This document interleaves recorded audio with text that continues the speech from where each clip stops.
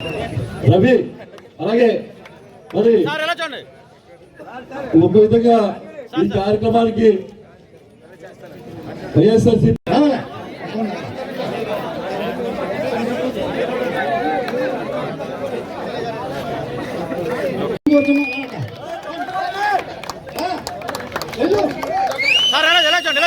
కాదర్ మంగం గారు స్టేజ్ మీద రావాలని కోరుతున్నాం.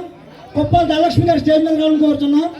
ముమ్మడి సత్యపతి గారు స్టేజ్ మీద రావాలి. రాగమని రావాలి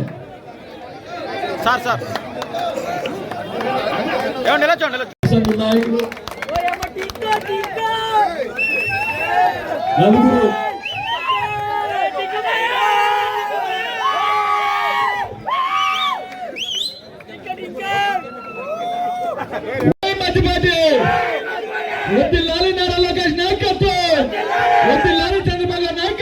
మాట్లాడుతండి. ఎవరు కొంచెం వెనకండి దయచేసి అందరూ కూడా ఒకసారి తప్పు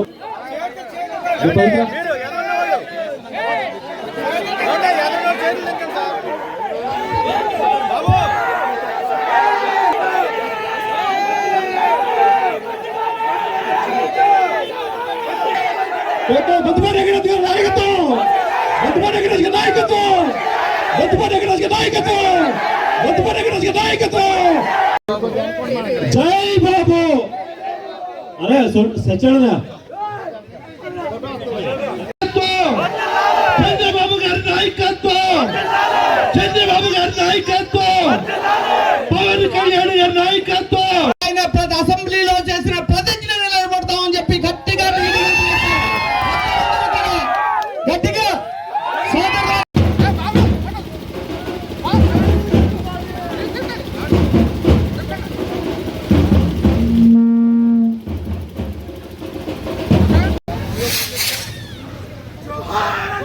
జోహార్ అన్ఎన్టీఆర్, జోహార్ అన్ఎన్టీఆర్, జోహార్ అన్ఎన్టీఆర్, జోహార్ చంద్రబాబు గారి నాయకత్వం, ఒత్తిల్లాలి చంద్రబాబు గారి నాయకత్వం, ఒత్తిల్లాలి నారా లోకేష్ అన్న నాయకత్వం, జోహార్ డాక్టర్ బాబాసాహెబ్ అంబేద్కర్, జోహార్ డాక్టర్ బాబాసాహెబ్ అంబేద్కర్, జోహార్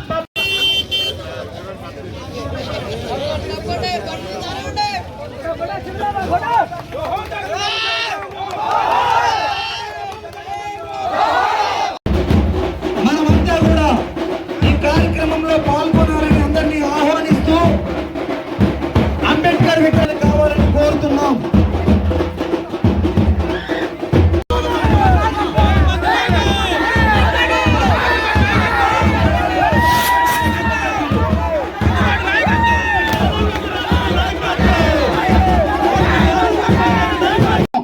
రాష్ట్రమంతా విలువలాడుతున్న తరుణంలో, దిక్కుతోచక అట్టడుగు వర్గాలు నలిగిపోతున్న సందర్భంలో, ఇక్కడ ప్రజలు బతకలేని సందర్భంలో, ఆడబిడ్డలకు రక్షణ లేని సందర్భంలో, ఇక్కడ కనీసం ఎలుగెత్తి గొంతెత్తి మాట్లాడితే కేసులు, అరెస్టులు, జైలులో గడుపుతున్న సందర్భంలో, గట్టిగా పోరాడితే, ప్రశ్నిస్తే కేసులు, పోరాడితే జైళ్ళు, ఇంకా గట్టిగా ఎదురొడ్డి నిలబడితే హత్యలు, ఈ రకంగా ఆటవిక పాలన కొనసాగుతున్న సందర్భంలో ఈ రాష్ట్రాన్ని రక్షించుకోవడానికి, ఈ రాష్ట్రాన్ని మళ్ళీ అభివృద్ధి పదం వైపు నడిపించుకోవడానికి, నలిగిపోతున్న అట్టడుగు వర్గాలకి అండగా నిలబడడానికి తెలుగుదేశం పార్టీ ఈ 4 సంవత్సరాల 9 నెలలుగా పోరాటం చేస్తూనే ఉంది. తెలుగుదేశం పార్టీ ప్రోగ్రామ్స్ కమిటీ చైర్మన్గా ఉన్న నేను 3.5 ఏళ్ళు కీలక బాధ్యతలు వహిస్తూ చంద్రబాబు నాయుడు గారికి, లోకేష్ బాబు గారికి అత్యంత సమీపంగా, సన్నిహితంగా పనిచేశాను వారి యొక్క దీవెనలతో, ఆశీర్వాదంతో. అయితే ఆ సందర్భంలో చూసినప్పుడు చంద్రబాబు నాయుడు గారు చాలా సార్లు మనోవేదనకు గురయ్యేవారు.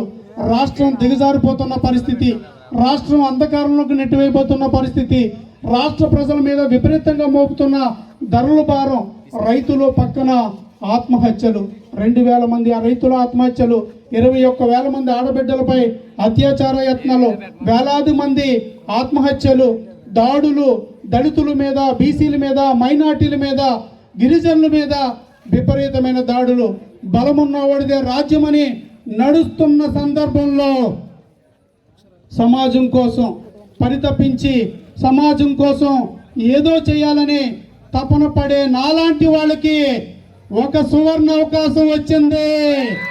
అది గోపాలపురం నియోజకవర్గ ఇన్ఛార్జిగా నాకు అవకాశం ఇచ్చానుకుంటున్నాను. అట్టడుగు వర్గాలకి అండగా నిలబడాలనుకుంటున్నాను. సామాన్యంగా ఉండే ప్రతి పేదవాడికి ఒక ధైర్యంగా నిలవాలనుకుంటున్నాను. కానీ ఇది సాధ్యమేనా? ప్రజలు నన్ను ఒప్పుకుంటారా? ప్రజలు నాతో పాటు నడుస్తారా? నా ఆశయాలకు అండగా నిలబడతారనే అనుమానం ఏదో మూల ఉంటూనే ఉంది.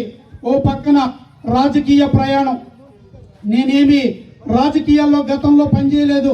కానీ నా నమ్మకం ఏంటంటే నా ఆశయం గొప్పది, నా ఆలోచన గొప్పది.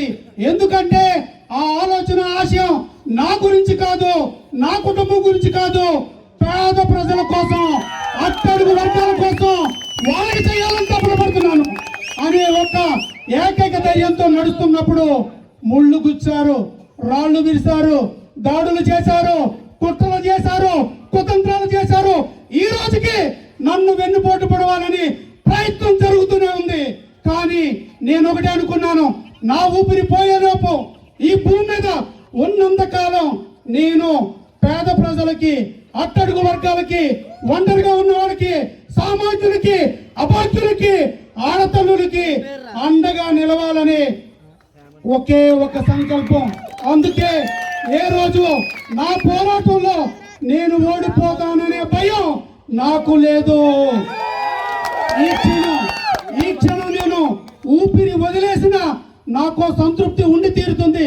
అదేంటంటే ఈ గోపాలపురం నియోజకవర్గంలో గత 15 నెలలుగా ప్రతిరోజు ప్రజల మధ్యనే ఉన్నాను, ప్రజల మధ్యనే తిరుగుతున్నాను, ప్రజల కోసమే తిరుగుతున్నాను, ప్రజల కోసమే బతుకుతున్నాను. నా కోసం ఏ రోజు నేను గడిపిన సందర్భం లేదు, నా కుటుంబం కోసం సమయాన్ని ఇచ్చిన సందర్భం లేదు. ఈ 15 నెలలు ఈ గోపాలపురం నియోజకవర్గమే నా కుటుంబం. ఇక్కడ ప్రజలే నా వాళ్ళు, వీళ్ళే నాకు అండగా ఉంటారని నడిచిన క్రమంలో